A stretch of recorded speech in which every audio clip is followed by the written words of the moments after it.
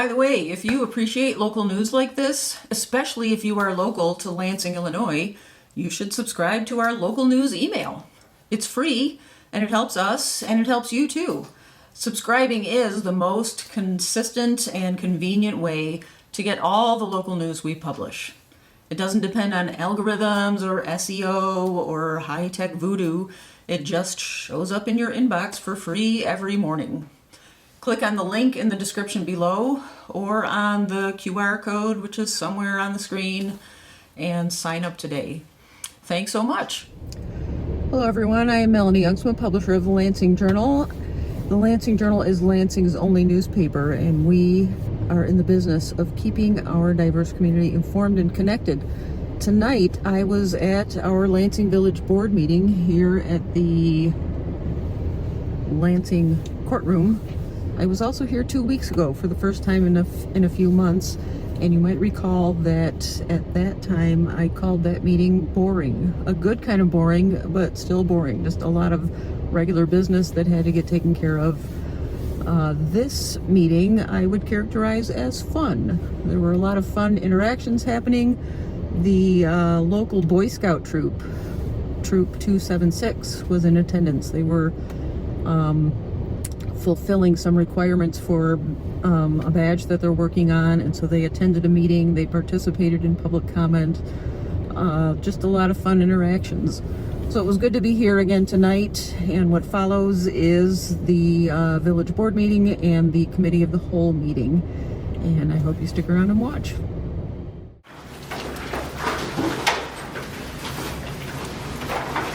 Ladies and gentlemen, I'm kind of waiting for our sign to make sure the scouts are ready. There it is. I got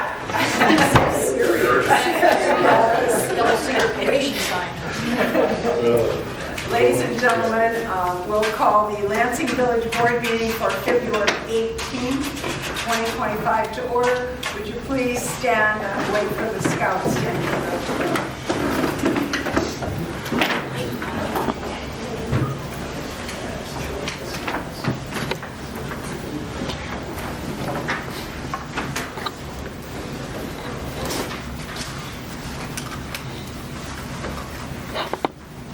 Color guard, attention. Color guard, forward march.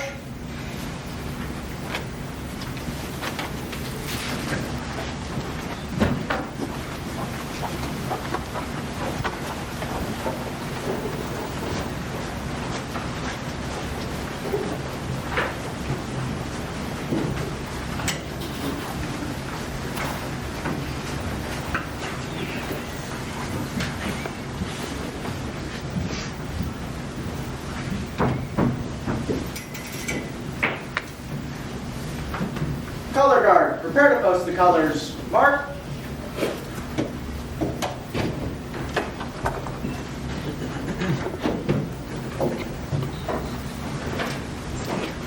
Please join me in the Pledge of Allegiance. I pledge allegiance to the flag of the United States of America and to the republic for which it stands, one nation, under God, indivisible, with liberty and justice for all. Color guard dismissed.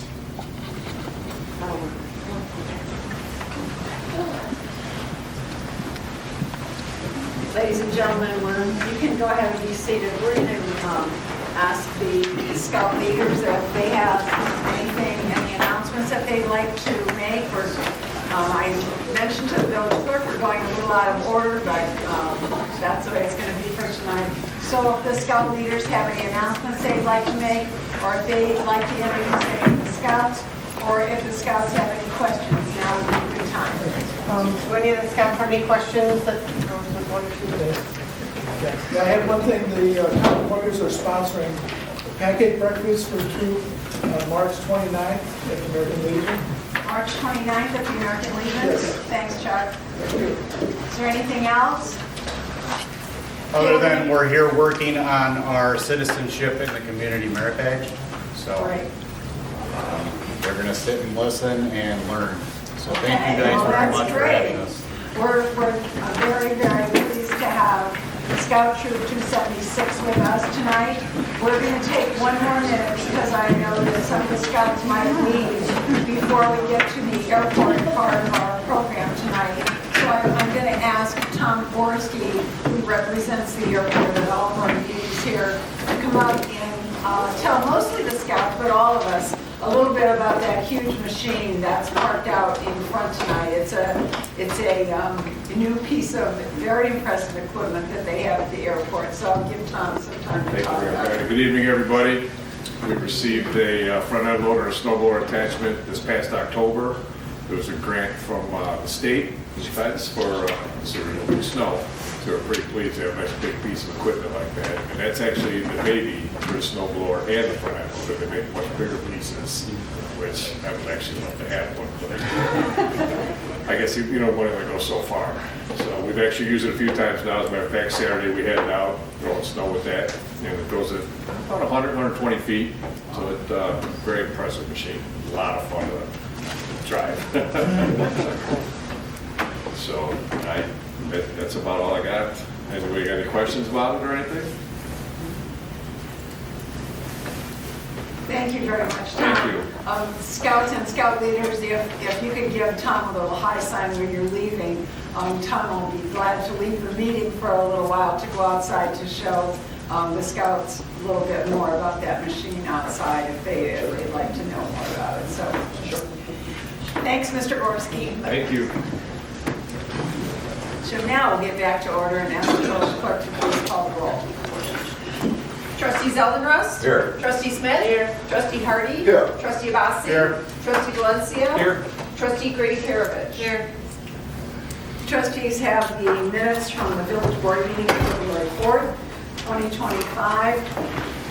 Are there questions or discussion on those minutes?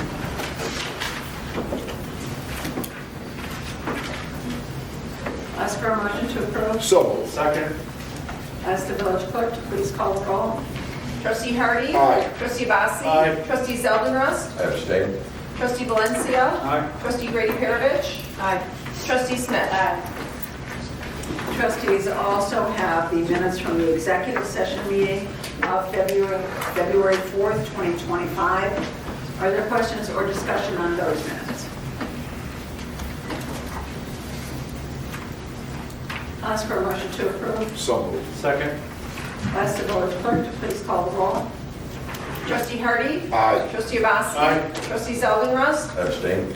Trustee Valencia? Aye. Trustee Grady-Perovich? Aye. Trustee Smith? Aye. Thank you. To the mayor's report, we have 4 reappointments to our boards and commissions. We discussed all of these at the last committee of the whole meeting. First, we have Resolution 1463, reappointing Darrell Stinson to the Human Relations Commission. Are there questions or discussion on Resolution 1463? I'll ask for a motion to approve. So moved.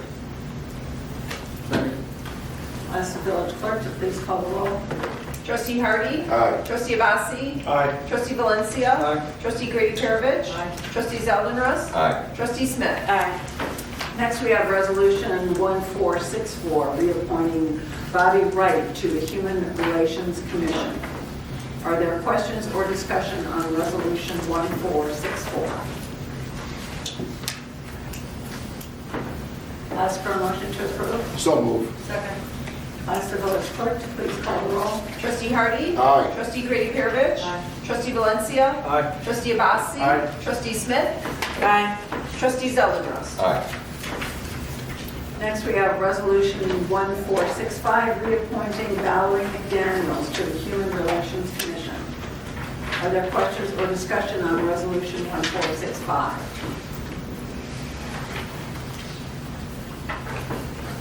Ask the village clerk to please call the roll. Okay, let's have a motion, please.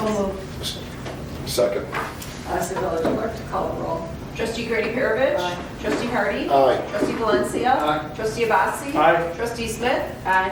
Trustee Zeldenrust? Aye. And lastly, we have Resolution 1466, reappointing Grace Bazlewski to the Planning and Zoning Board of Appeals. Are there questions or discussion on Resolution 1466?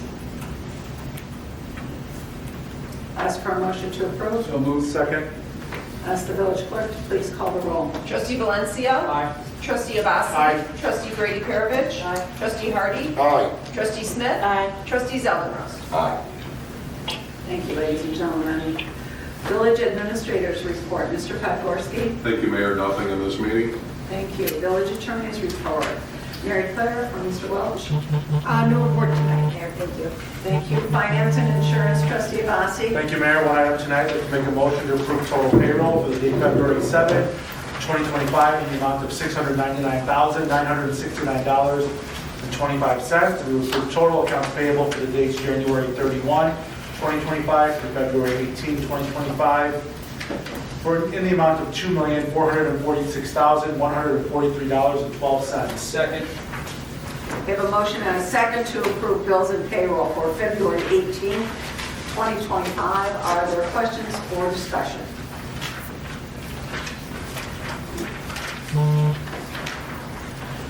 Ask the village clerk to call the roll. Trustee Abbasy. Aye. Trustee Valencia. Aye. Trustee Grady-Perovich. Aye. Trustee Zeldenrust. Aye. Trustee Smith. Aye. Trustee Hardy. Aye. Thank you. I'm going to move on to our Finance Department's monthly report. To start our report, though, I'm going to ask Finance Director Director Hanigan to share some good news regarding the village's finances in the view of various credit rating agencies.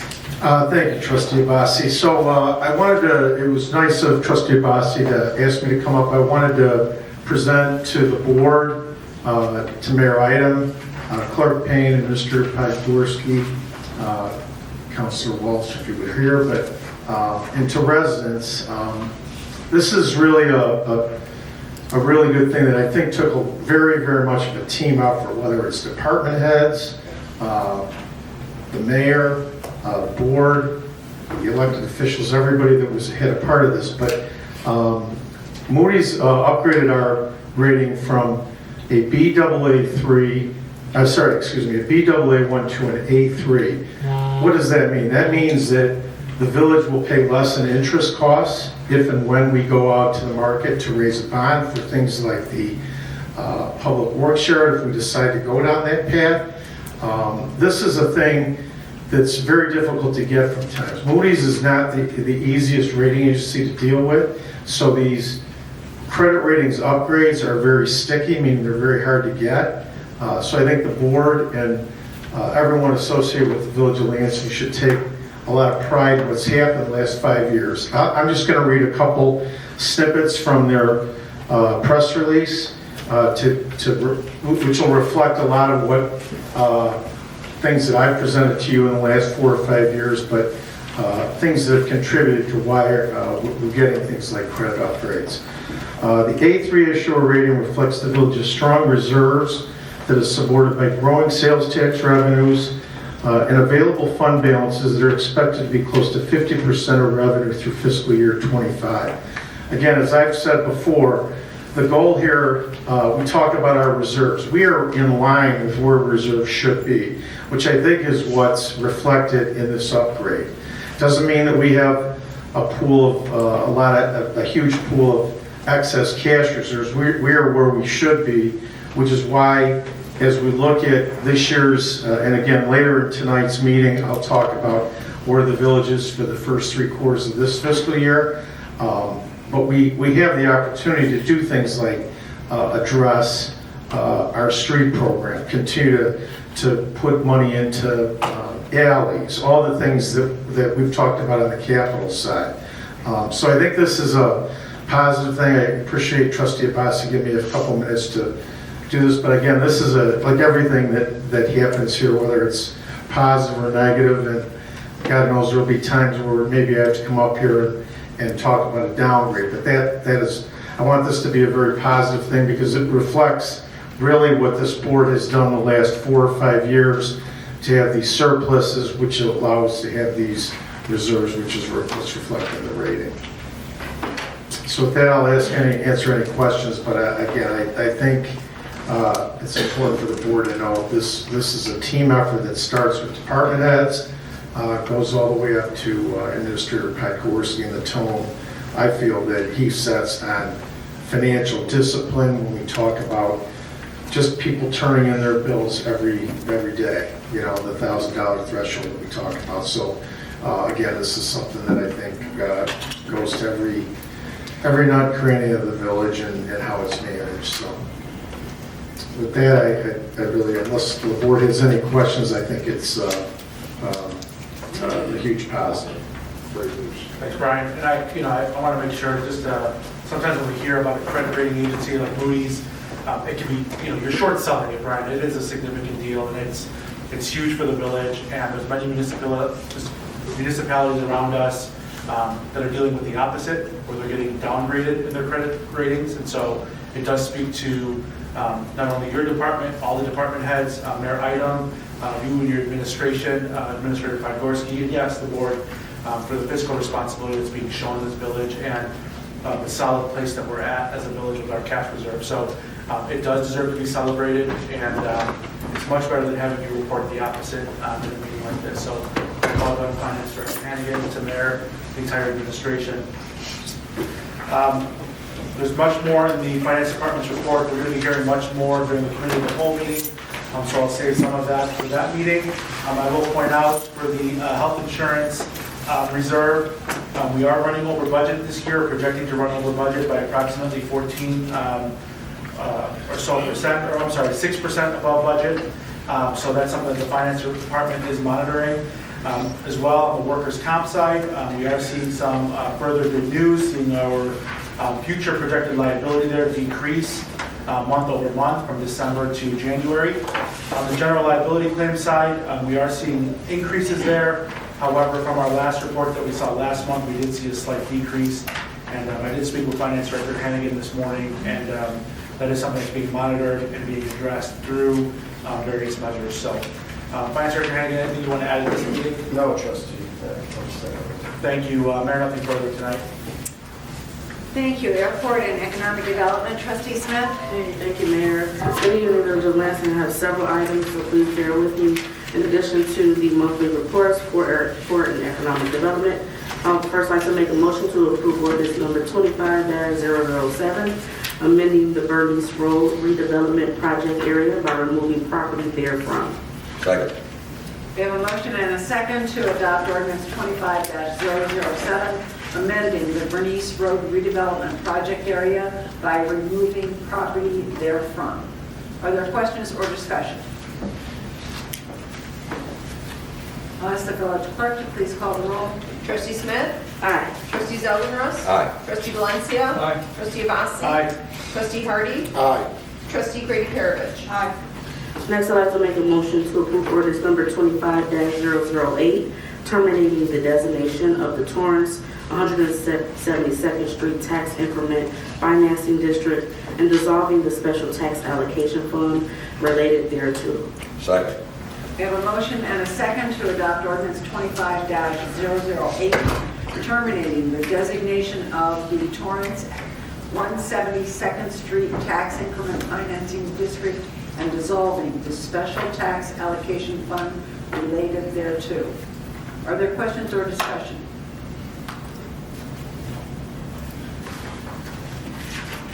Ask the village clerk to please call the roll. Trustee Smith? Aye.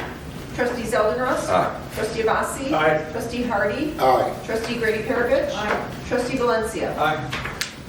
Next, I'd like to make a motion to approve ordinance number 25-009, adopting the North Torrance Avenue Tax Increment Financing Redevelopment Plan and Project. Second. There's a motion and a second to adopt ordinance 25-009, adopting the North Torrance Avenue Tax Increment Financing Redevelopment Plan and Project. Are there questions or discussion? Ask the village clerk to please call the roll. Trustee Smith? Aye. Trustee Zeldenrust? Aye. Trustee Abbasy? Aye. Trustee Valencia? Aye. Trustee Grady-Perovich? Aye. Trustee Hardy? Aye. Next, I'd like to make a motion to approve ordinance number 25-010, designating the North Torrance Avenue Redevelopment Project Area A Redevelopment Project Area pursuant to the Tax Increment Allocation Redevelopment Act. Second. We have a motion and a second to adopt ordinance 25-010, designating the North Torrance Avenue redevelopment project area a redevelopment project area pursuant to the Tax Increment Allocation Redevelopment Act. Are there questions or discussion?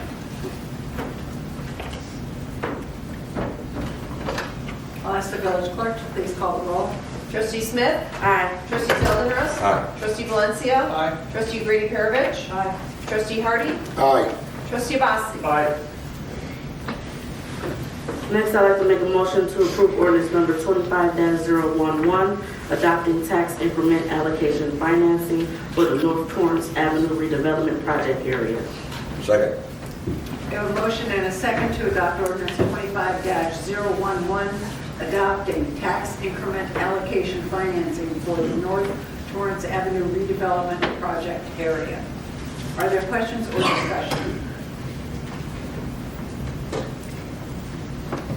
I'll ask the village clerk to please call the roll. Trustee Smith? Aye. Trustee Zeldenrust? Aye. Trustee Abbasy? Aye. Trustee Valencia? Aye. Trustee Hardy? Aye. Trustee Grady-Perovich? Aye.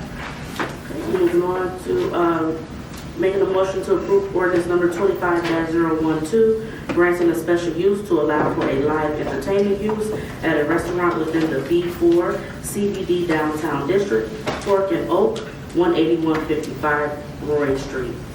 Second. We have a motion and a second to adopt ordinance 25-012, granting a special use to allow for a live entertainment use at a restaurant within the B4 CBD Downtown District, Cork and Oak, at 18155 Roy Street. Are there questions or discussion? I'll ask the village clerk to please call the roll. Trustee Smith? Aye. Trustee Zeldenrust? Aye. Trustee Grady-Perovich? Aye. Trustee Abbasy? Aye. Trustee Valencia? Aye. Trustee Hardy? Aye. Next, I'd like to make a motion to approve ordinance number 25-013, amending section 8-61 of Division 1 of Article 2 of Chapter 8 of the Lansing Municipal Code, creating a Class 1 liquor license for Cork and Oak Restaurant Group LLC, 18155 Roy Street. Second. We have a motion and a second to adopt ordinance 25-013, amending section 8-61 of Division 1 of Article 2 of Chapter 8 of the Lansing Municipal Code, creating a Class 1 liquor license, Cork and Oak Restaurant Group LLC at 18155 Roy Street. Are there questions or discussion?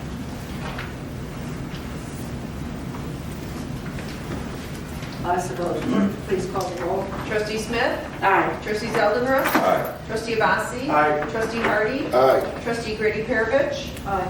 Trustee Valencia? Aye. Next, I'd like to make a motion to approve ordinance number 25-014, amending section 8-61 of Division 1 of Article 2 of Chapter 8 of the Lansing Municipal Code, creating a Class 17 liquor license for Cork and Oak Restaurant Group LLC, 18155 Roy Street. Second. We have a motion and a second to adopt ordinance 25-014, amending section 8-61 of Division 1 of Article 2 of Chapter 8 of the Lansing Municipal Code, creating a Class 17 liquor license, Cork and Oak Restaurant Group LLC at 18155 Roy Street. Are there questions or discussion? Ask the village clerk to please call the roll. Trustee Smith? Aye. Trustee Zeldenrust? Aye. Trustee Abbasy? Aye. Trustee Valencia? Aye. Trustee Hardy? Aye. Trustee Grady-Perovich? Thank you. I'd like to move on to department reports, starting with the Lansing Municipal Airport. Be very brief. On January 9th, the airport staff met with CMT engineers to discuss potential solar array, regional detention basin for stormwater, snow removal equipment, and funding for the Quonset hut door system. Maintenance issues included January 8th, CMT engineers surveyed the Quonset hut dimensions with Tom Gorski's assistance. January 9th, Brent Highland from the MWRD inspected sewer drainage and chemical disposal compliance, which was found satisfactory. January 6th through the 14th, we had multiple snow events requiring runway and taxiway clearing. January 16th, Metro tank technicians conducted compliance testing per state and federal safety regulations. Also on January 16th, maintenance staff replaced the gearbox on the 2004 Ford F550 dump trunk and prepared plow blades for the snow season. On January 29th, B&K equipment technician replaced a faulty nozzle on the AV gas fuel pump. Tom, is that everything? Tom, is he back there? Oh, is that so? Okay. Moving on to the Lansing Economic Development Update for January 2025. Real estate and business development, our consultants and staff monitor due diligence on the exchange and 170th property for Lansing cold storage relocation. Been assisting Sheila Hawkins in securing a location for combined commercial kitchens. Working on a Fort Hanger grant with DCEO, supporting Rick and relocating Rick's barbershop. Assisting Josephina with La Rosita expansion on Ridge Road, and working with Walmart on development incentives renewal, and coordinating with Napleton on TIF eligible expenses for the Kia dealership, and collaborating with the restaurant group for a Ridge Road location, and the continuous engagement with Cook County on environmental reports for additional village-owned properties. That's all I have for reports, Mayor. Thank you. Thank you. Police and Fire, Trustee Zeldenrust. Thank you, Mayor. I have one item for approval and then the monthly reports. Make a motion to approve Resolution 1467, authorizing and approving the execution of a Memorandum of Understanding by and between the Village of Lansing and the City of Chicago related to the authorization for transmission of the City of Chicago public safety radio frequencies for interoperability with the Chicago Police Department. Second.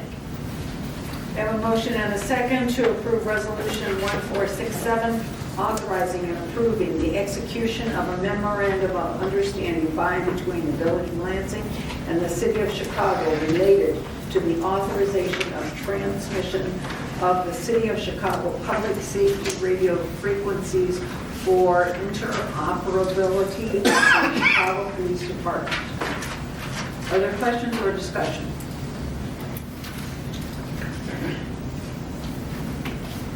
I'll ask the village clerk to please call the roll. Trustee Zeldenrust. Aye. Trustee Smith. Aye. Trustee Abbasy. Aye. Trustee Valencia. Aye. Trustee Hardy. Aye. Trustee Grady-Perovich. Aye. Thank you. Moving on, the January activity report for the Lansing Police Department. 911 Center handled over 7,000 calls for service. The officers were trained in areas such as breath analysis for alcohol training, breath operator class, DUI refresher course, and a one-day advanced DUI course. Also, there was training in emergency medical training class and crisis communications class. One interesting topic trained in was cryptocurrency and dark web investigations. And sign of the times. Officers conducted over 700 traffic stops, had 150 community policing contacts, and busy with another breakfast with the Blue at TF South. Detective Lieutenant John Tomaszewski graduated from Northwestern's School of Staff and Command. It was an intensive 10-week leadership and management program that helped prepare experienced law enforcement professionals for success in senior command positions. Officer Nicholas Quiros graduated from the Illinois State Police Academy, one of our new hires. This was a 16-week program and it taught him the basics in law enforcement. He will now spend the next 14 weeks with 3 different field training officers that will help him polish those skills and prepare him for solo patrol. Lansing Fire Department report for January, kind of a year-end review. 2024 was a year of tremendous growth for the police fire department. And they added personnel, also strengthened their training program. In 25, they plan to build upon last year's success by increasing the depth and intensity of the training. In early January, they reviewed ice rescue equipment and procedures for surface ice rescue. The rest of the month focused on the self-contained breathing apparatus. First, we test fitted firefighters to ensure safe operation while wearing the masks that were assigned to them, and the remainder of the month, different SCBA topics were highlighted. Each shift reviewed their operations, how they differ from manufacturers used by the neighboring departments, and also how to operate our rapid intervention pack. Fire prevention and education. Month our team stayed busy with a mix of training, community outreach, and certifications. There was a residential sprinkler plan review. There's National Fire Prevention Association Learn Not to Burn program that was taught at Nathan Hale Elementary School. I like fire safety lessons. Car seat installation event was held, and blueprint reading certification. Personnel finished fire and life safety plan review course, certifying them to read and assess blueprints for fire and safety code compliance. There, that's all I have for activities and reports. Thank you. Buildings and Public Works, Trustee Valencia. Thank you, Mayor. I have one item for approval tonight. I'd like to make a motion we adopt ordinance 25-015, granting special use to allow an electronic reader board sign with the B2 Community Retail and Service District, Trinity Evangelical Lutheran Church, located at 2422 Ridge Road. Second. We have a motion and a second to adopt ordinance 25-015, granting a special use to allow an electronic reader board sign within the B2 Community Retail and Service District for Trinity Evangelical Lutheran Church at 2422 Ridge Road. Are there questions or discussion? I'll ask the village clerk, please call the roll. Trustee Valencia. Aye. Trustee Abbasy. Aye. Trustee Zeldenrust. Aye. Trustee Smith. Aye. Trustee Grady-Perovich. Aye. Trustee Hardy. Aye. Thank you. Moving on to monthly reports. First report from Public Works. The month of January was very busy for Public Works. We had over 20 water main repairs and 26 Buffalo box repairs. Also replaced 3 fire hydrants from leaks. Coal patching, tree restoration, pothole repair, and removal of the holiday decorations made for a busy month. Just a reminder, if you have branches during the winter months, December through March, please call the Public Works Department, and they will add your address to the list for pickup. As of now, and through April 1st, your yard waste toter may be used as an additional garbage can. We had 195 Julies, 1 meter change. Mr. Richardson, anything else to add? Nothing more. Thank you. Thank you, sir. Moving on to Building Department report. Hold on a second here.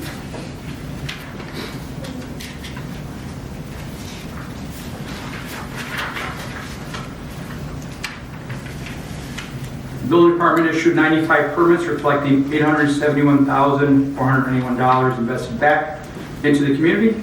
Our inspectors performed 126 home inspections and 109 rental inspections. Our code enforcement officers issued 85 violation notices.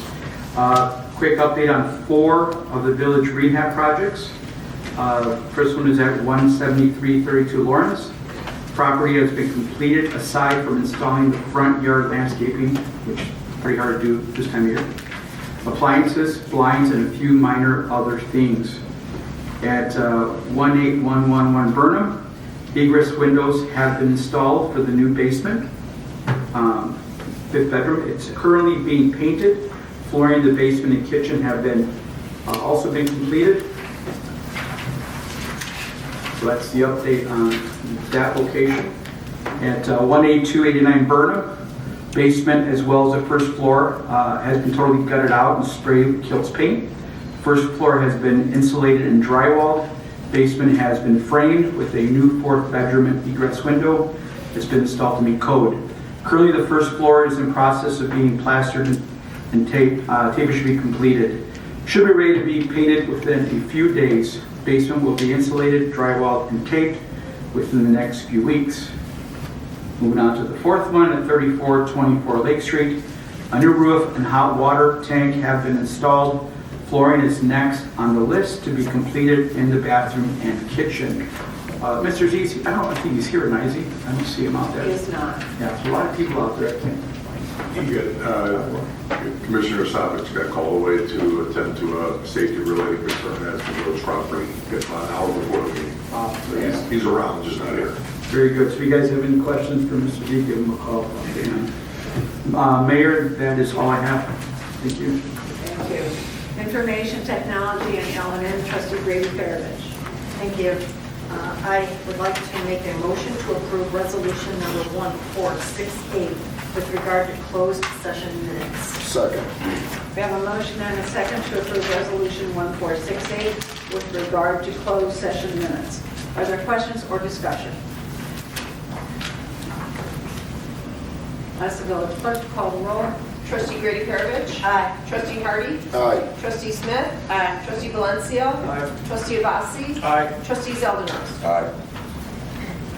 Next, I would like to make a motion to approve ordinance number 25-016, correcting the Scrivener's error related to an ordinance amending section 8-61, number of the Division 1, generally, of the Article 2 license of Chapter 8, alcoholic beverages of the Lansing Municipal Code, creating a Class 9 liquor license, K Dolce Cafe 1, Inc., 3521 Ridge Road.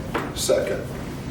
We have a motion and a second to adopt ordinance 25-016, correcting a Scrivener's error related to an ordinance amending section 8-61 of Division 1 of Article 2 of Chapter 8 of the Lansing Municipal Code, creating a Class 9 liquor license for Dolce Cafe Incorporated at 3521 Ridge Road. Are there questions or discussion? I'll ask the village clerk to please call the roll. Trustee Grady-Perovich. Aye. Trustee Hardy. Aye. Trustee Zeldenrust. Aye. Trustee Smith. Aye. Trustee Abbasy. Aye. Trustee Valencia. Aye. I'd just like to give a few highlights of the IT department. The technology department has been continually working on finalizing OpenGov. We've been researching new software to expedite the current board packet system, including agenda and minutes thereafter. We've been working with the village administration in the move of the airport offices to accommodate Ozinga and our employees that are still out there. And we're working with JR Technologies on the pending village fob system. Maybe anything else to add to that? And moving on to the IT department and LNN. LNN has completed the production of 3 new training videos for the LNN staff. The Festival of Lights, the final night of the Historical Society's Festival of Lights, was featured in This Week in Lansing. Martin Luther King brunch was covered on This Week in Lansing. And Girl Scouts visit the Lansing Municipal Center on January 22nd. They were here visiting the Municipal Center and welcomed by staff and administration at the center. Is there anything else, Regan? Thank you so much. That's all I have tonight. Thank you. The Youth Center and HRC, Trustee Hardy. Thank you, Mayor. I have the monthly reports. Happy Leach Youth Center report, January 2025. Happy New Year. Youth return from holiday break, January 7th, 2025. Director Titsworth attended Restorative Justice Professional Development given by Parent and Teacher Association. Staff and youth celebrated Dr. Martin Luther King legacy with a kindness activity. Director Titsworth attended and presented a workshop on goal setting at TF North for STAR Mentoring Girls Empowerment Conference. Girls with Dreams Become Women with Vision. The conference was the second annual at the school, catering to girls 11 to 18 years of age. 6 youth center girls were also present during the event. Due to inclement weather, both District 215 and 158 held e-learning for students on January 21st. Girls Club gladly opened up and enjoyed our beauty products, including our new mannequins head, as staff led an interactive hair care workshop. Membership is at 105 youths. Daily average is 22 youths. Anisha, do you have anything else to add? I do not, Trustee. Thank you. Thank you. Moving on, Mayor, I have the report from the Lansing Human Relations Commission. Prevent Child Abuse Month, Building Together, Prevention in Partnership, Wednesday, April 2nd, 2025, at 9:30 a.m., posting at the Lansing Library. Also on that day, they'll be planting blue pinwheels at the Village Municipal Center approximately at noon. Also reaching out to businesses to go blue, Calumet Bakery, Ace Hardware, Caduceus Cafe. Second annual Lansing Music for the Soul, scheduled for June 1st, 2025 at 1 p.m. at Fox Point. We are looking for group dancers and soloists. Please spread the word. Juneteenth celebration, tentatively scheduled for June 19th, 2025, also at Fox Point. Upcoming current community events, Black History event at Coolidge Elementary School on February 27, 2025. Also, Stone Soup hosted by Brendan Boyd, MSCJ, on March 6, 2025, involves various South suburban communities, towns, and villages, connecting organizations together to share resources and information to those in need. That's all I have for my Mayor. Thank you. Thank you, ladies and gentlemen. It's time for public comment. If you have public comment this evening, we ask that you wait to be recognized and step forward to the microphone. Please provide us with your name and try to keep your comments no more than 5 minutes. Does anyone in the audience have public comment this evening? Yes, sir.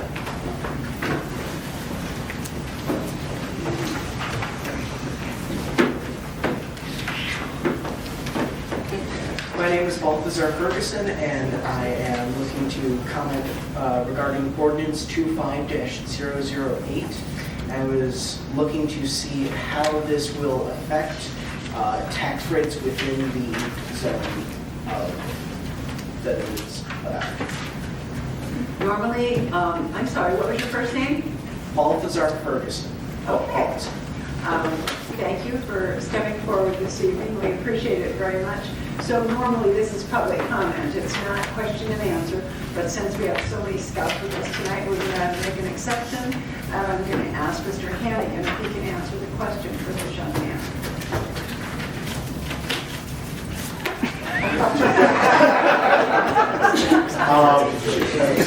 Sorry, could you ask the question one more time? Concerning Ordinance 25-008, how does that affect tax rates within the zone that it is about? Okay, so what we are forming is it's called a tax increment financing district. So within that map area that's in that ordinance, tax rates, the increment will go to that entity. So it should not impact tax rates for the rest of the village. Okay. In other words, within the mapped area that's in the ordinance, there's what's called the tax increment financing district. And so that increment is what's going to be used to fund the development. So it should not impact tax rates within the rest of the village. Okay, thank you. Does anyone else in the audience have public comment this evening? As long as all the scouts are still here, I wanted to see if any of the trustees or anyone up here on the dais has any questions for the scouts. I'll start out. Who is the oldest Boy Scout we have with us tonight? Can you stand and give us your name? My name is Daniel McRoberts. Okay. It's nice to have you with us tonight. Are you working towards your Eagle Scout, or is that your plan sometime in the future? I am trying to get to life because I do not have enough time to perform. Okay, well, thank you. Good luck in that. Thanks again for being here tonight. Who's the youngest scout with us tonight?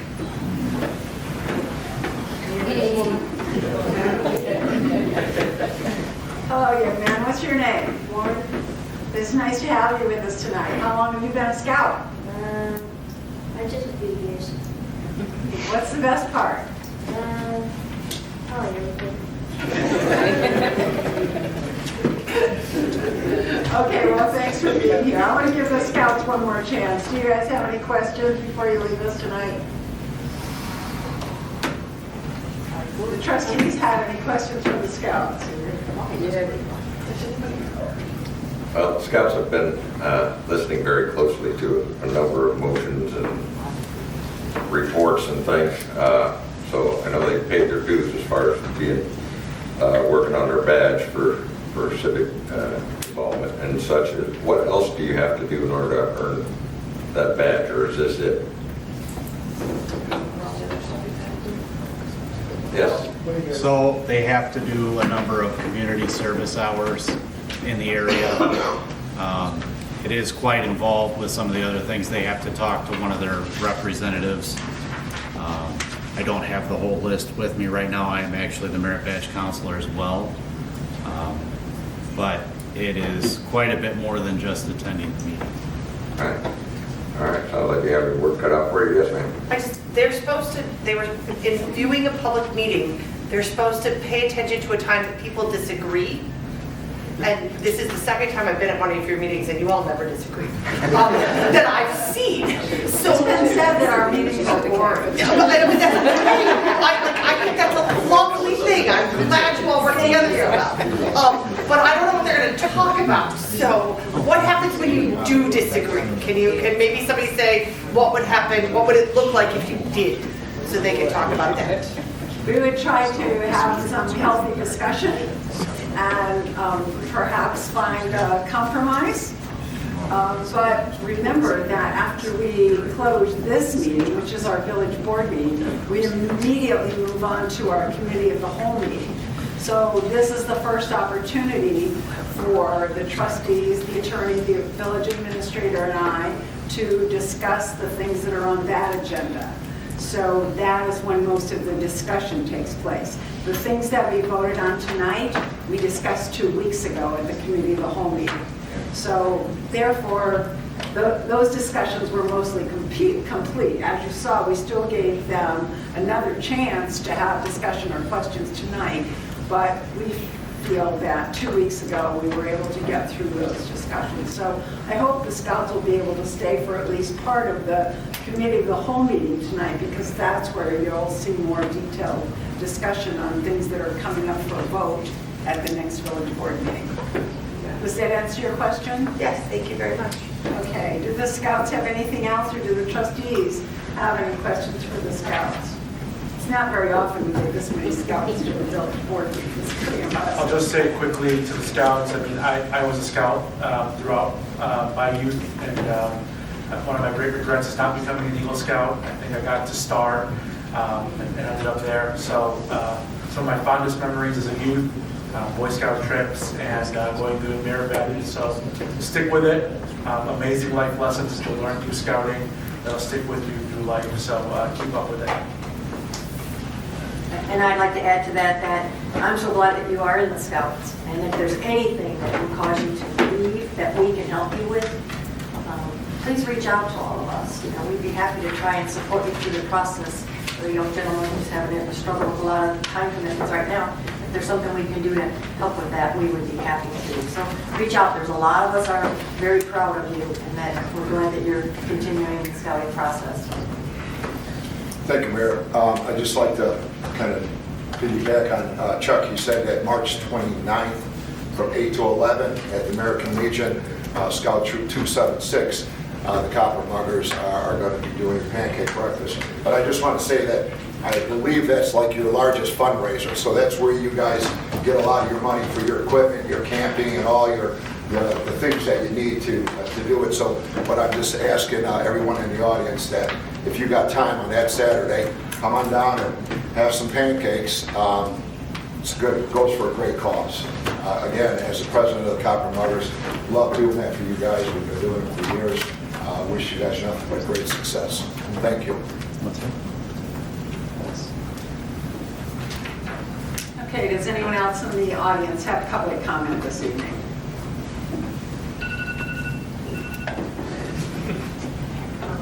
Thank you. Do the trustees have anything for old business?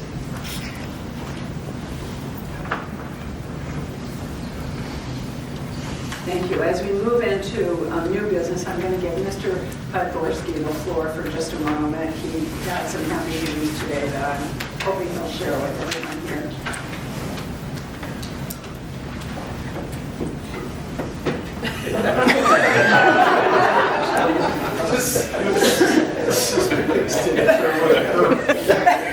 There was a lot of news coming to the office today, so please forgive me.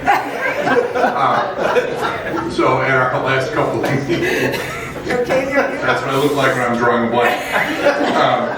Yeah, at our last couple of meetings, we've approved the redevelopment agreements and the conveyance of property on Chicago Avenue, 16710, the old Midwest litho-type community press building, which the village took possession of last year via deed in lieu of foreclosure.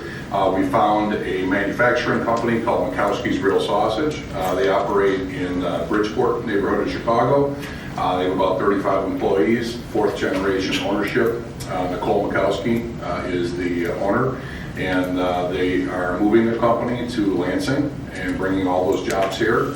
They're going to be moving that manufacturing facility, and of course they make sausage, Mikowski's Real Sausage. Portillo's is one of their bigger clients.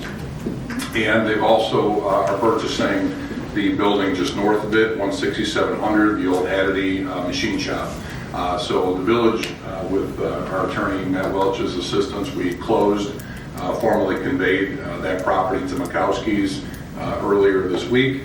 And the owner, Nicole Mikowski, called today, and she's super excited, and she's going to be starting meeting on site with her contractor, starting demolition shortly, and she'll be available for some tours if any of the elected officials would like to come through probably in a month or two to see the progress they're making. And she would like to offer a ceremonial high five to all the elected officials here tonight on our way out. So you do remember that you I do. mentioned that. Yes. I was already thinking about the next meeting. Sorry. Thank you for that opportunity.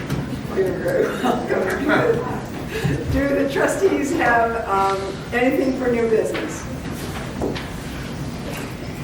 Ask for a motion to adjourn. So moved. Second. Ask the village clerk to please call the roll. Trustee Hardy? Aye. Trustee Abbasy? Aye. Trustee Valencia? Aye. Trustee Grady-Perovich? Aye. Trustee Zeldenrust? Trustee Smith? By the way, if you appreciate local news like this, especially if you are local to Lansing, Illinois, you should subscribe to our local news email. Subscribing is the most consistent and convenient way to get all the local news we publish. Click on the link in the description below or on the QR code on the screen somewhere and sign up today. Thank you.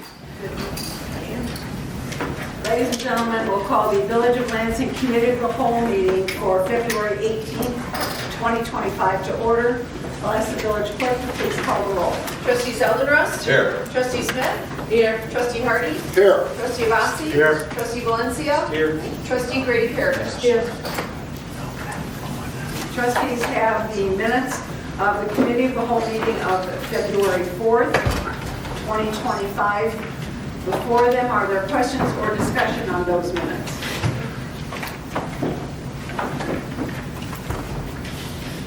Ask for a motion to approve. So moved. Second. Ask the village clerk to please call the roll. Trustee Hardy? Aye. Trustee Abbasy? Aye. Trustee Valencia? Aye. Trustee Grady-Perovich? Trustee Zeldenrust? Abstain. Trustee Smith? Aye. Thank you. Under the mayor's report, we have the reappointment of John Cole to the Planning and Zoning Board of Appeals. Mr. Cole's term expired in November of 2024. I talked to him last week and he has agreed to be reappointed. John was originally appointed to that board in 2014 and reappointed in 2019.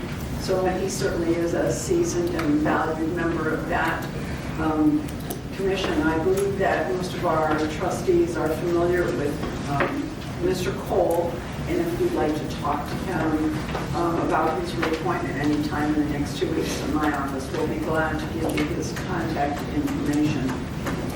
Unless there's discussion about Mr. Cole's reappointment right now, then we'll have that on the board meeting agenda in the first week in March. You good with that, trustees? Good. Thank you. Move on to the village administrator's report. Mr. Podgorski? Thank you, Mayor, and I am ready for this presentation. Okay. Okay, we have 2 items tonight. I'll have IT Director Newman will call up a PowerPoint. So the first topic on the agenda is adoption of the Cook County Multi-Jurisdictional Hazard Mitigation Plan. I'm going to probably tag team this a little bit with Chief Phillips as their department has attended some of these meetings. So this is every 5 years we're required to adopt the county's hazard mitigation plan. The process requires all participating jurisdictions to officially adopt the plan through resolution. And so that is ultimately what we're going to be asking the board to do. Federal Emergency Management Agency, or FEMA, guidance requires that Cook County multi-jurisdictional plan be updated every 5 years. The planning area for the hazard mitigation plan encompasses Cook County and includes the incorporated and unincorporated jurisdictional areas of the county and the Metropolitan Water Reclamation District. Adoption, and this is what's key here, adoption of the multi-jurisdictional hazard mitigation plan. It qualifies us, makes us eligible to apply for grant funds through FEMA should we have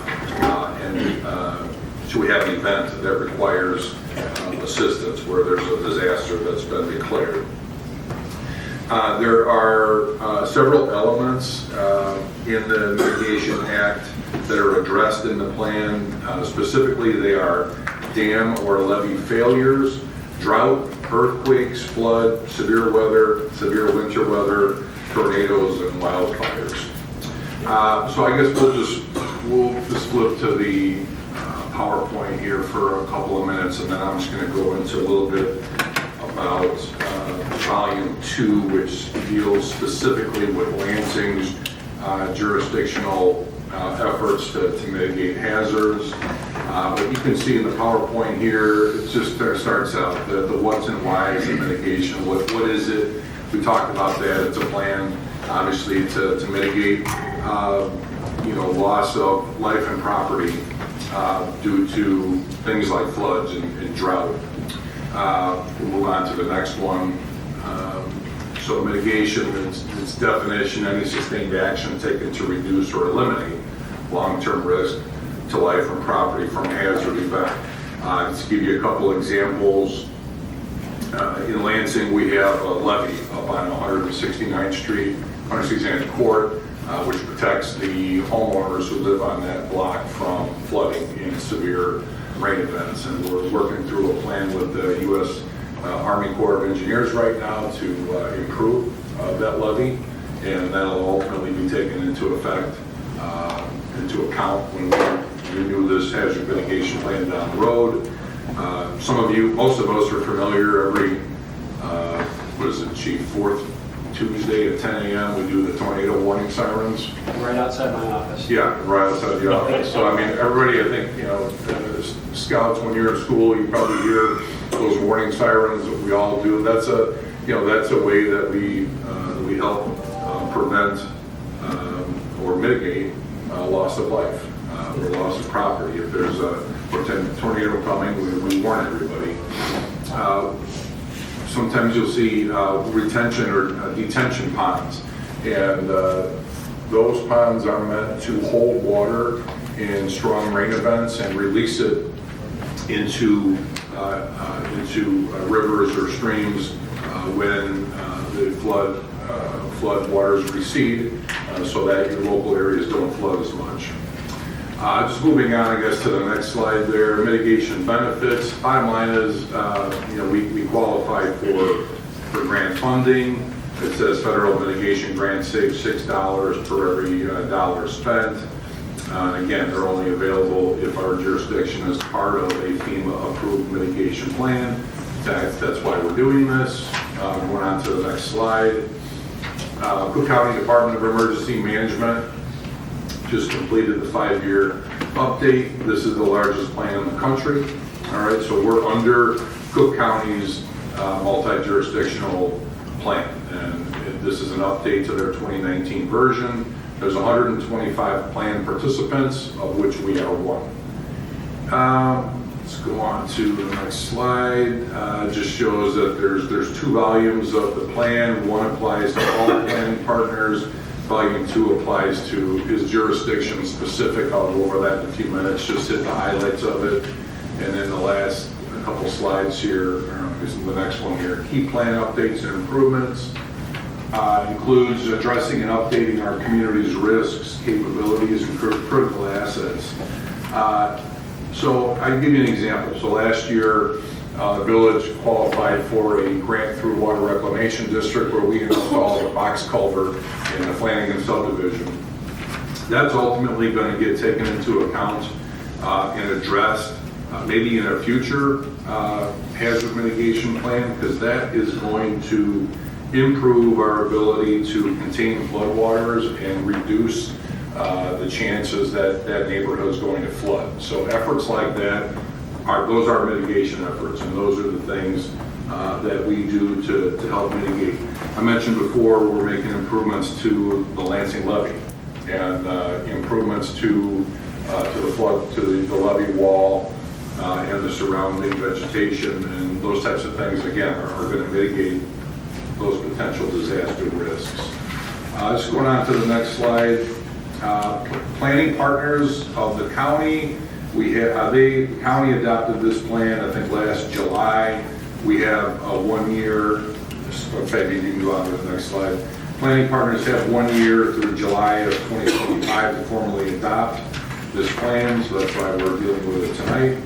And then the last slide, it shows adoption of the county mitigation plan ensures that we're eligible for FEMA funding should it become available. And I'll just take the board through just a couple other things here. I mentioned that we're one of the planning partners. All of our neighboring communities are also planning partners. South Holland, Homewood, Thornton, everybody around us is part of Cook County. And you have, and I want to thank Chief Phillips for bringing an updated volume 2. We had an old one in the packet.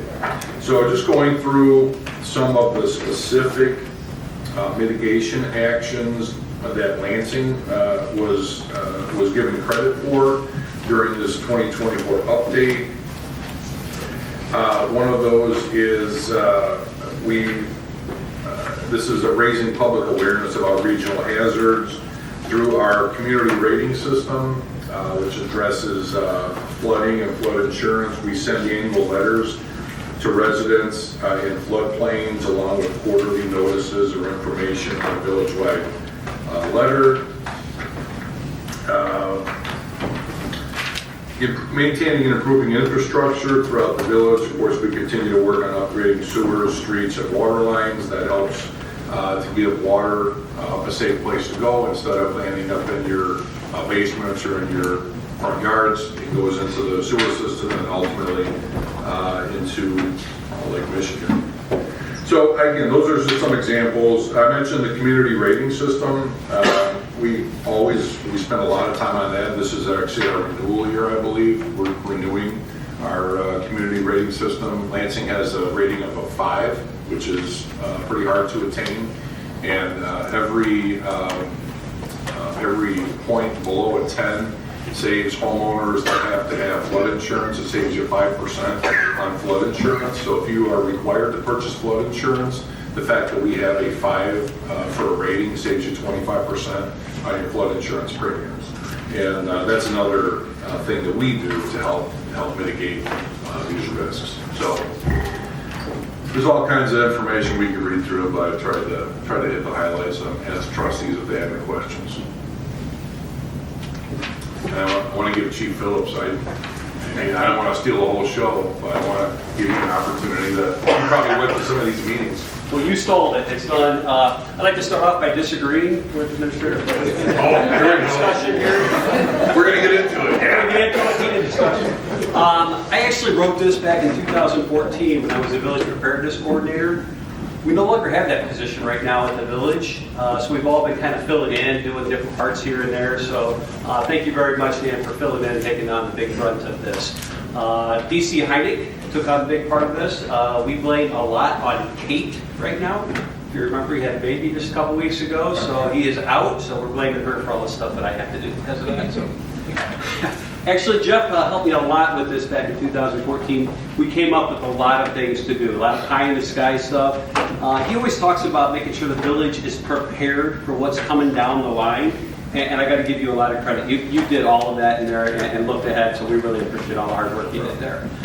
The biggest thing here, and I know you highlighted it already, but we're prepared in case something bad happens, not only for the safety of the village, but also the funding.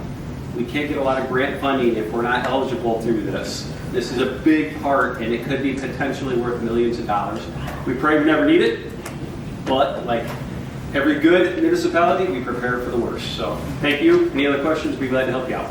Chief, perhaps, since the scouts probably don't know who Jeff is, maybe you could introduce Jeff, and maybe the scouts have some questions for him. Jeff Pintar, please stand up.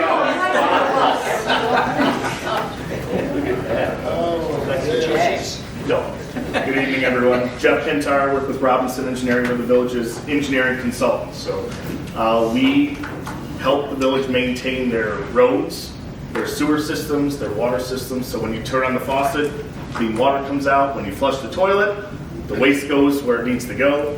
And then when you drive on your roads, hopefully they're as smooth as can be. So that's kind of our role, is to assist the village in maintaining their infrastructure throughout the village. But I'm willing and able to take questions. Absolutely. I should mention that Engineer Pintar's firm handles that community rating system I talked about earlier, the CLS, which gives us that 5 rating and that savings on flood insurance premiums. Engineer Pintar's firm really coordinates all that work for us. There's a lot of paperwork involved with that, but also a lot of action items that we have to take, and they stay on top of that for us. We're getting a rating of a 5 it's pretty significant. It's not something that they hand out very easily, so a lot of steps are involved to attain that rating.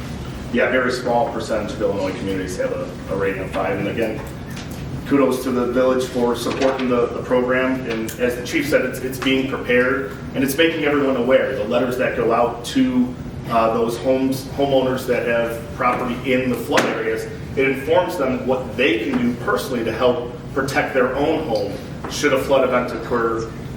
Flood proofing, where should the downspouts be tied into, things of that nature. So really the information the village provides to the residents is to, as Chief said, get them prepared just in case. Hopefully we don't have to utilize it, but at least we get the information out to the homeowners.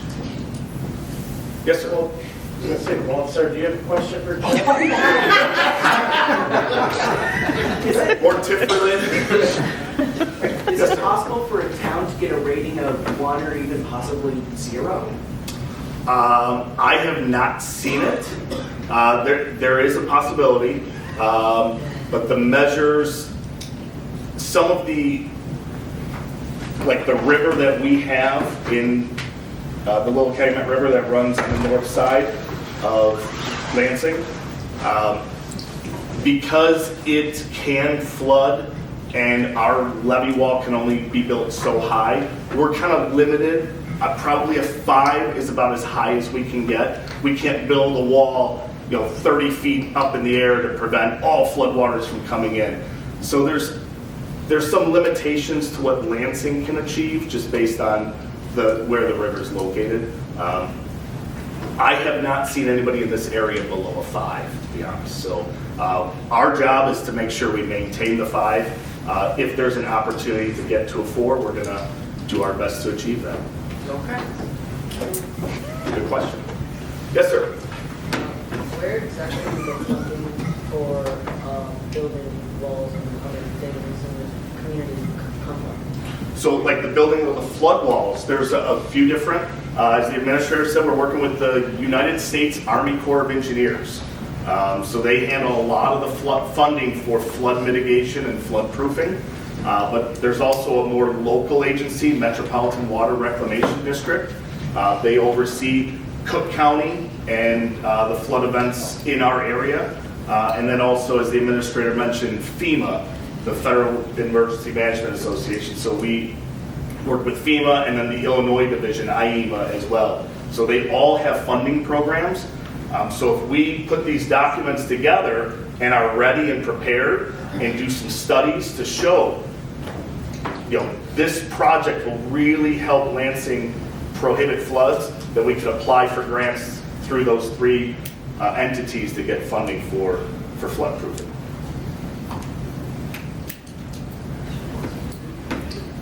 Do we work closely with Indiana since we're right adjacent to them as well?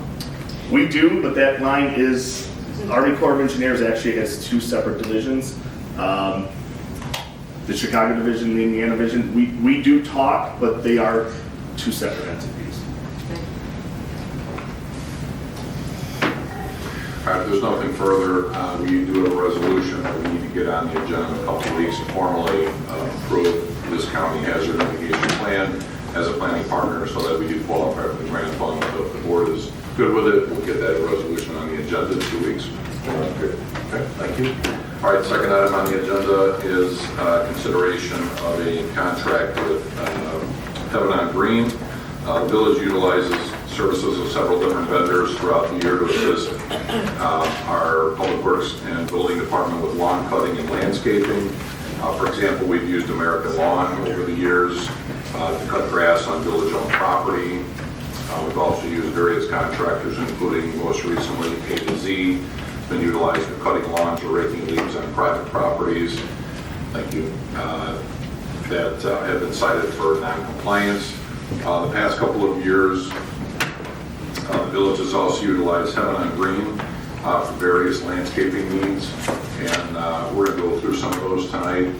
Fabian, you're going to select it. So some examples of the maintenance that we use Henyard Green for would be on village-owned or maintained parking lots in the downtown area. Fox Point has bioswales and various restoration projects on residential parkways. They've also assisted us with maintenance of Historic Plaza at the Lansing Municipal Center, overgrown vegetation on the 7 railroad crossings throughout the village, and with the maintenance of the Burnham Avenue ditch. They've also assisted with the planting, maintaining, and emptying of the flower pots in the downtown Ridge Road area. So I want to introduce Nacio Carrillo from Henyard Green. And I'm just going to take you through a few of the pictures, some examples of the work that Nacio has done for us the last couple of years. So this is a picture at 17111 Torrance Avenue. To the right. Yep. There it is, whoops. So this is the former Unitech building. The property south of it is a village-owned piece of property. So you can see some of the weeds and trees that were growing up along the south side of that building last year. And there's another couple pictures of it. After we got a hold of Nacio, he went out there and got it all cleaned up. You can still see it says stereo car alarms. Again, it's the old Unitech building, and that building is actually slated to come down soon because Napleton's going to be constructing a car dealership in this area. So there's another couple pictures of the work after Nacio's crews got to it. This next set of before and after pictures is at the Enterprise dealership at the Lansing Municipal Airport. This is in our, we used to call it the old Sun Arrow hangar, now we call it the Enterprise hangar. And so this is facing south, faces Glenwood Lansing Road. You can see the overgrown bushes and trees hiding one of the old Ford Tri-Motors. And so we got a hold of Nacio's crews, and you can see the work that they did for us afterwards, getting it all cleaned up. Okay, this is the original Village Hall. This is right across the street from Fox Point. You can see, again, overgrown, unattended weeds and trees. And after Nacio's crew gets to it, you can see they freshen up the mulch and the rock and get rid of all the weeds and trees for us. making it look nice for all our Fox Point visitors. This was actually a specialized project we gave to Nacio's crew. We had, this was in front of a resident's home, not on the private property. This is in the parkway. You see the kind of the bad-looking grass that had grown up after we replaced the fire hydrant. It just didn't come in very well. So we had Nacio's crew go out, get rid of that grass, and get some nice sod put in there. So again, just, you know, kind of various jobs that we can't dispatch everything out to Public Works, so these guys really give us a huge hand. Police shooting range. This is down by the sports complex near where Mikowski's is going to be operating. You can see, again, the overgrown area here that the guys use to practice their target training, and after Nacio's crews get in there, it's all cleaned up. Oh, then here's one last one. This is actually probably saved the best for last. Nacio, I don't know if you were in here yourself. You set the crews in here. This is just one before picture. Stony Island and Ridge Road along the ditch. You can see you could lose a small child in there. And after Nacio's crews got in there, it's all cleaned up. So, you know, again, just some pictures of you know, the good work that these guys do for us. You know, we're encouraging all of our departments to kind of formalize these contracts. I'd like to have a formalized contract with American Lawn and A to Z this year. Kind of gotten, we need to have, we should have a current contract for all of our vendors out there. So really, in order to, we need to be able to depend on Nacio, and he needs to know that there's going to be work coming so that he can hire the right amount of labor. So we have a contract being proposed for the 2025 season. We pay these invoices out of a variety of village funds depending on where the work is. If the work is located in a tax increment finance district, it can be paid with those funds. A lot of the times it comes from the general fund. So it just depends on where the work is being performed. And Nacio, anything you want to add? You want to say something? The last project that we did, I think it involves your firm, where you had all the houses behind the ditch by that school. Yes. So we got a call in the winter, not winter time basically, but it was very cold. So there was a lot of water that was not running, you know, through the ditch. So we just went in, cleaned it up. So we were able to help out that way. So we are a small landscaping business, minority owned. We've been in business for 11 years. We used to do a lot of residential. We still do, but not as much. I realized that if we want to create a bigger impact in terms of, you know, the look of the villages and you know, people feeling proud of where they live, we needed to figure out a way and how we can help the different villages to make bigger improvements. So this is what I like to work with the village. This is what I like to create change in small areas. Last year we were privileged and lucky enough to be able to help out with the flower pots at Ridge Road. It was wonderful. It was a lot of work, but you can see the result after that, right? And every time you drive by it, you can look at it and you feel proud of your work. I like that, right? So I want to be able to continue to do that with the village. I want to be able to continue to partner with you guys and continue to provide good quality work. You know, and anything that you guys need or at any time, that has been the case in the past. And I want to continue to do that and more if possible. Thank you. Thanks, Nacio. Any questions about the board? Dan, do they charge any residents by the lot size or acreage, or is it by address? So the work that they do, so they don't charge the residents. That we pay a monthly fee, and then we basically come up with projects that need to be attended to. Mostly, you know, it's mostly going to be on village-owned property. I mean, all these examples are, you know, village-owned or, village-owned properties or, common areas. So these aren't private jobs that they're doing in RVS. But for this company, Right, for having on green. but the others that are doing our residentials? For those, if we're grass cutting or doing leaf cleanup, then what was your question? Then Is it by lot size, is it by no, acreage? or- we do a flat fee. We do a flat fee for grass cutting and for leaf cleanup. It was something we actually talked about, I think, back here in October, November. It's just easier for bookkeeping if it's a flat fee. Thank you. It takes the guesswork out of it. Administrator, in terms of the amount of work, so I see that there's a flat fee. This proposal is from March 1 to October 31, 2025. So is this how do we determine 1 month there's more projects than others? I mean, is there a minimum amount of work that we're receiving for the contract? So this is not being billed by hour, it's just almost a retainer. It's essentially a retainer for various landscaping jobs that come up. I mean, we sit down several times throughout the year and keep Nacio's crew loaded with things to do. Like for example, we know he's going to be, he knows he's got to get some things done before we get going with the flower pots because he knows he's going to be handling the flower pots. Last year he spent a lot of time on the Vernon Avenue ditch and trying to control the weeds, before we got to the part of the season where we weren't supposed to touch the ditch because of the monarch butterflies. So there's certain things during the course of the year. This is going to help us kind of lock that in now that he knows, if he knows he's going to have this work. We know certain times of the year, certain things are going to get done.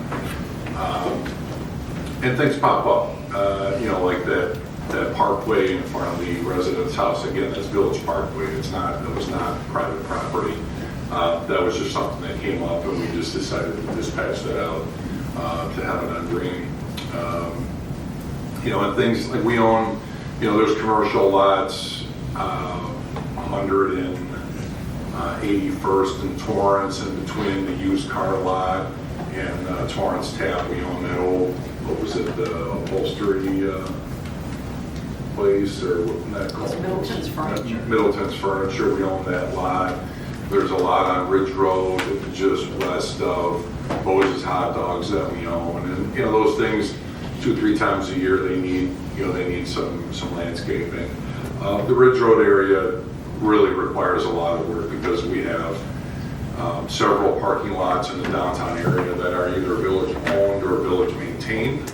And, you've got mulch, landscaping, you've got weeds that grow up, and then several village-owned properties in the downtown too. Village Hall, the youth center, the old Village Hall. So there's quite a bit of property that needs attention. So there's never really a lack of work that needs to be assigned. And does this price include all material? It does not include, if we ask him to go put in additional mulch, that'll be an additional charge. And my last question for now is there a way of quantifying, do we have any data points from last year's season of this is how many hours we utilized having on green based on the dollar amount we're paying per month to know whether it's a fair market rate that we're paying on the contract? Or is that something that we can assess this next year if we agree to this, where we're asking for detailed, this is how many hours we receive services, to just know whether we're getting a comparable rate to other providers? Yeah, we can certainly have Nacio's crew, submit some payroll records. We know at least a couple of days a week, sometimes more than that. There's 2 to 3 to 4 guys out working a full day. So we will work with Nacio to maybe better quantify it, so we can if you want to take a deeper dive into it, we will work on that. Thank you. And this is a 12-month contract or a seasonal contract? This is seasonal, March through the end of October, and it could be extended. We had Nacio working into November this past year, but I think this is from March 1st through October. Yes. that we have, so yeah, March 1st through October 31st. Just to clarify, this is not grass cutting, this is more other projects. Correct. So then we'll contract with them, will we still have American Lawn and A to Z as one standalone contract? Well, American Lawn actually does grass cutting of a lot of village-owned properties. So American Lawn cuts Fox Point, they cut property at the sports complex, they cut, there's a ton of general areas, a lot of the retention ponds, they cut those. So village-owned property that needs cutting, American Lawn does some of that. Public Works does do some of our own cutting. A to Z is utilized for the building department. Those are residential properties that are in non-compliant. So they're not cutting their own grass. They go out and cut those for us, and then we bill the residents. We bill those properties for them. Okay. So right now, having on, going to just sending the village invoices? Correct. Okay. Thank you. Okay, so if there's nothing else, I'll have that on the agenda in the next couple of weeks as well. Asio, thanks for being here. Thank you. And Mayor, that's all I have to say. Thank you. Village Attorney's report, Mr. Welch. Yes, I have one item. It's True by Hilton, redevelopment agreement. As you know, you took action tonight related to the 172nd Torrance tip. That tip was related to the True by Hilton. The True by Hilton project is not... Sure. Sorry.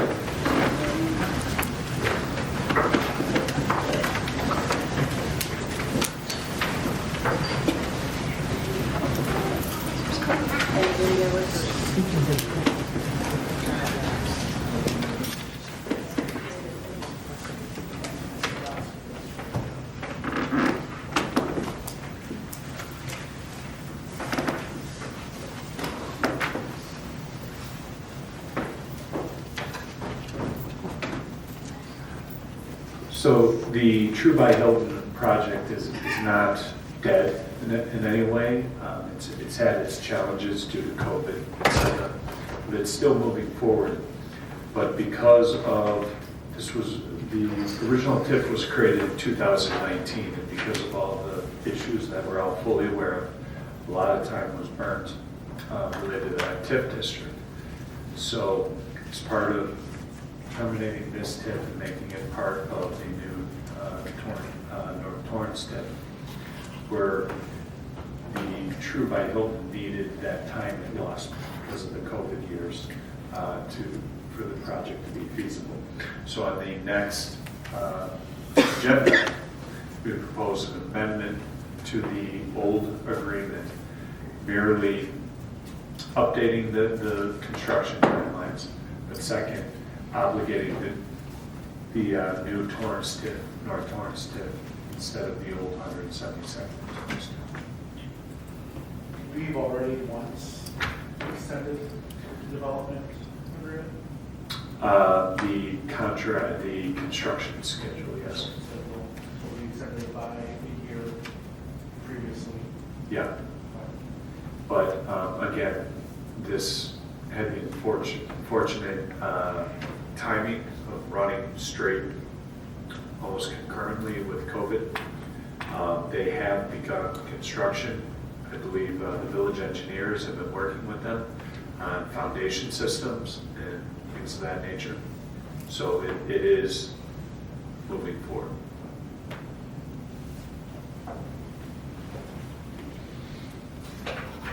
So maybe that's our action item.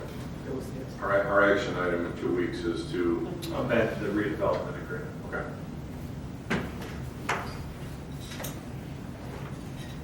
Anything else, Mr. Welch? Nothing further. Thank you. Finance and Insurance, Trustee Abbasy. Thank you, Mayor. Finance Director Hanigan is going to be presenting us a fiscal year 25 third quarter financial review. And Brian, I think the scouts sent the message. Should we get Balthazar back in here to ask me some questions before we They sent the message regarding what was coming up on the agenda. So turn it over to you. Mayor and Mr. Podgorski, Village Board, I'm here to give you a quick summary of where we're at through 3/4 of the fiscal year. Just so the board recalls where we were 3 months ago, right before Thanksgiving. We were right at target with our revenues. We're about 68% of the current budget, all related to the delay in Cook County paying property taxes, which is not unusual for this time of year.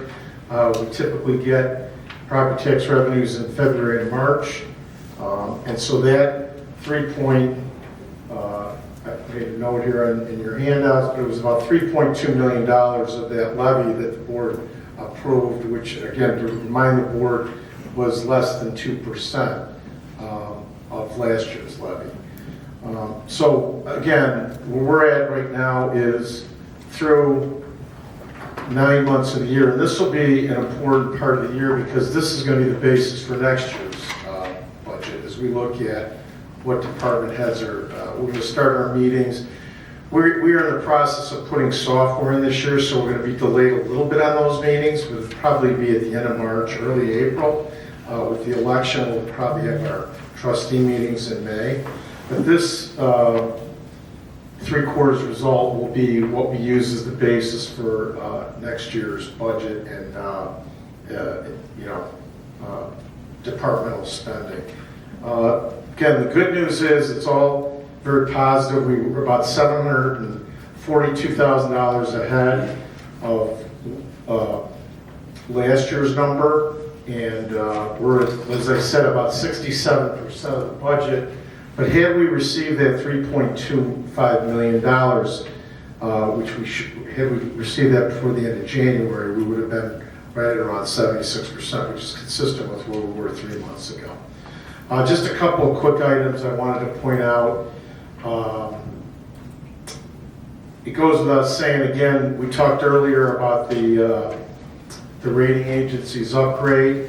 And again, just so the board recalls, that great upgrade to an A, there's really only one rating grade above that is realistic for a town like Lansing to get, which is a AA rating. So all of that, I think, is really related to the sales tax numbers and how positive those have been over the last 2 to 3 to 4 years.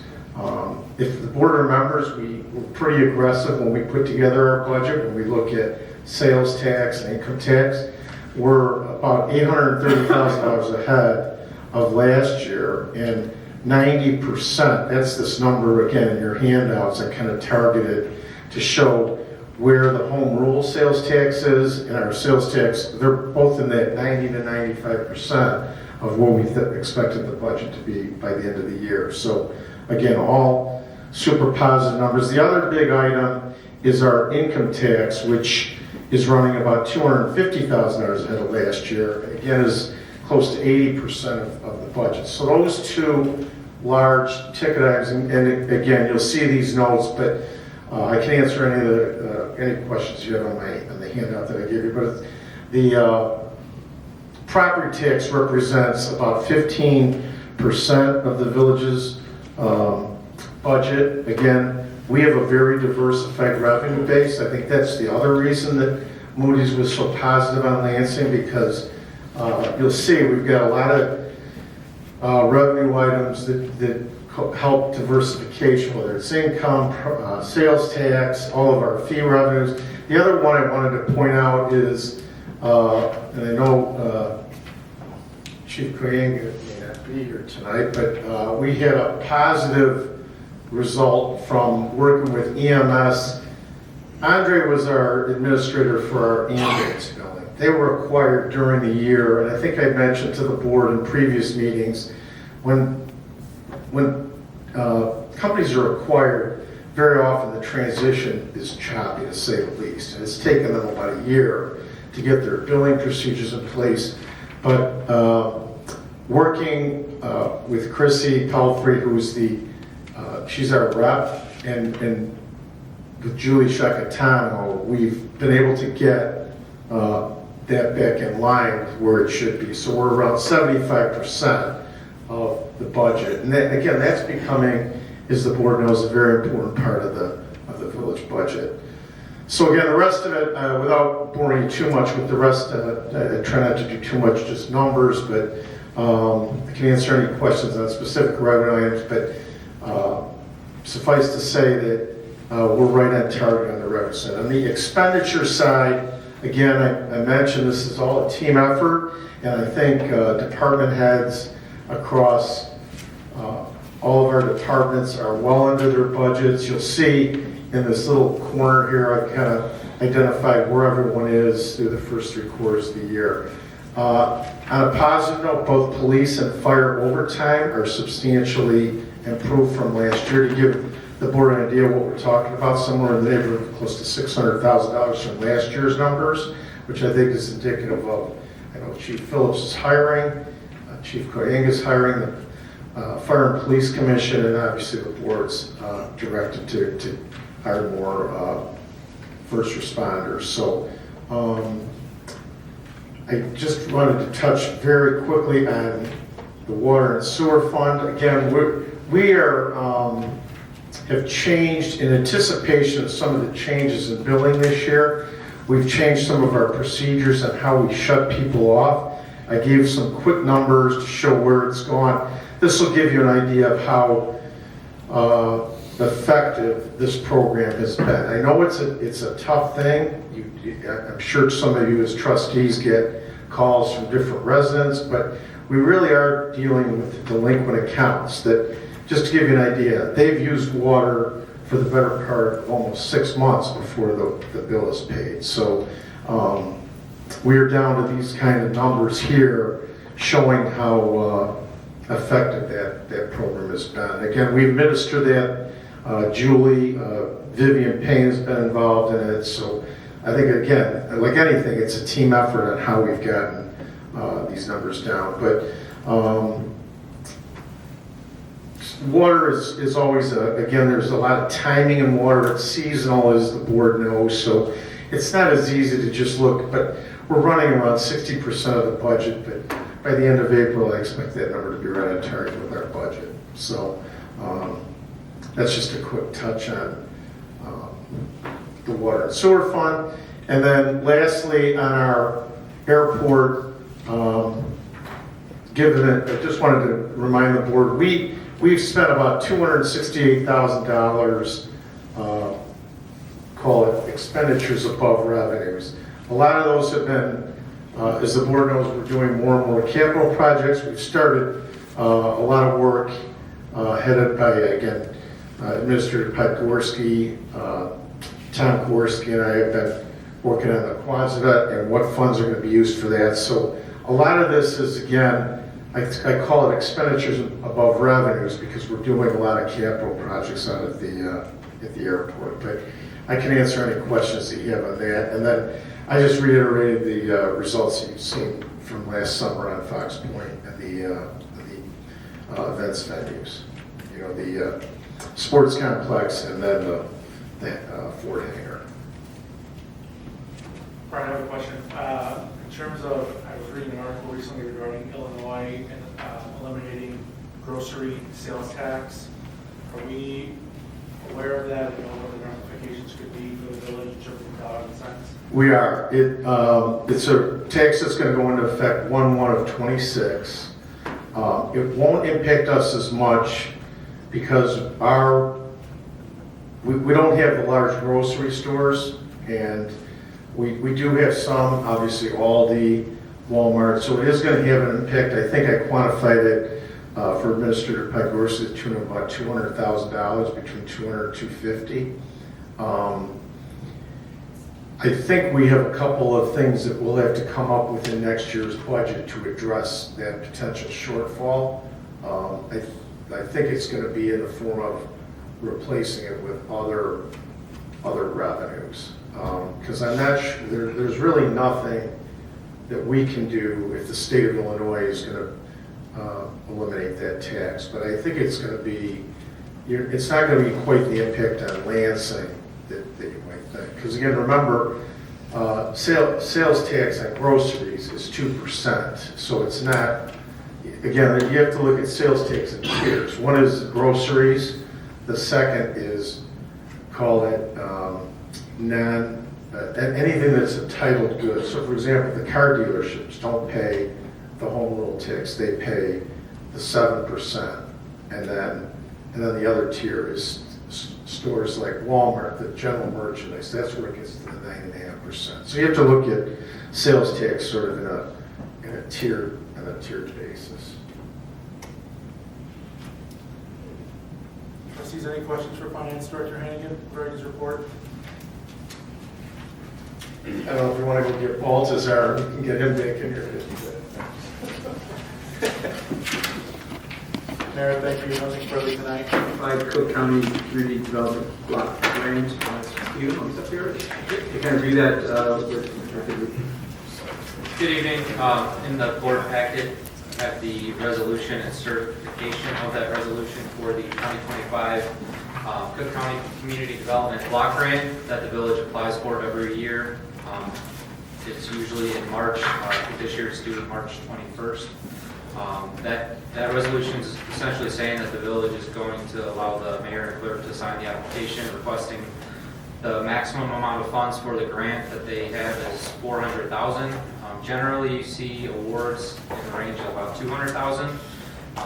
Unfortunately, the village hasn't gotten it the last 2 years. Usually, it's about every 2 to 3 years the village does receive it. It went on a little bit of a good run the previous, or 2 years ago, I think like 4 out of the 5 years the village received it.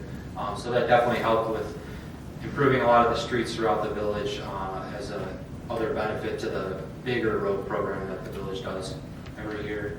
And then just a reminder, this is for the CDBG eligible areas, which I believe is when the low to moderate income is 50 or 51%. So this is just a map, maybe, I don't know if you can zoom out, of the areas that are CDBG eligible. So we're going to work on the application, and I'll meet with Administrator Podgorski and village staff, Gary, and try to figure out which streets we want to include in the application this year. I think those are the streets we included last year. And we'll cross our fingers and hopefully we get some additional funding from the county. So the ask here is just to include the resolution. Yep. Approve the application. Yep, just the application as well as monetary application. We should get this year, we should get it this year. Because what is it, been 2 years that we haven't gotten it? Yeah, the last 2 years, yep. And I think before that it was 3 years in a row. So, like I said, historically, at least since I've been doing this about 10 years, a lot of the communities around here have gotten it every 2 to 3 years at least. So, Well, I remember when it was Indiana Avenue. I believe that was from almost like Florence to School Street. Yeah. That was done also by that grant. yes, it was. I think that was one of my first projects here. It was 3 years ago.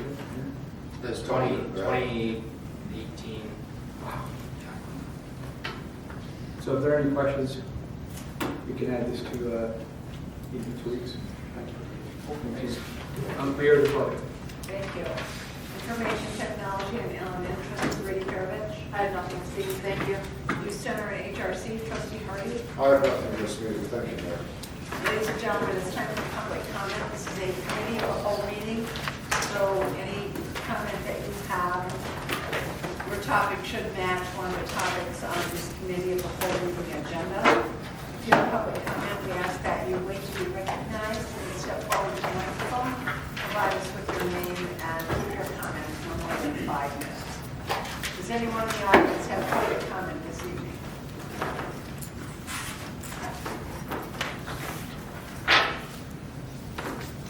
Thank you. Do the trustees have anything for old business?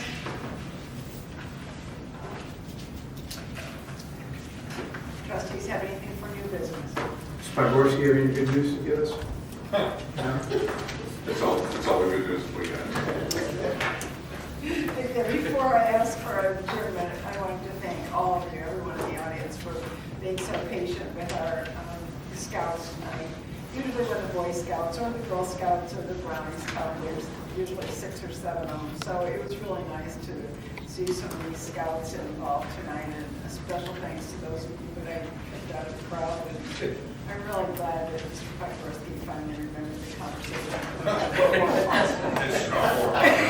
It's all it was, 4 o'clock. I brought it to you. Couldn't remember it 2 hours later. That's what happens. Ask for a motion to adjourn. So. Second. Ask the village clerk, please call. Trustee Hardy. Aye. Trustee Abbasy. Aye. Trustee Valencia. Aye. Trustee Grady-Perovich. Trustee Zeldenrust. Trustee Smith.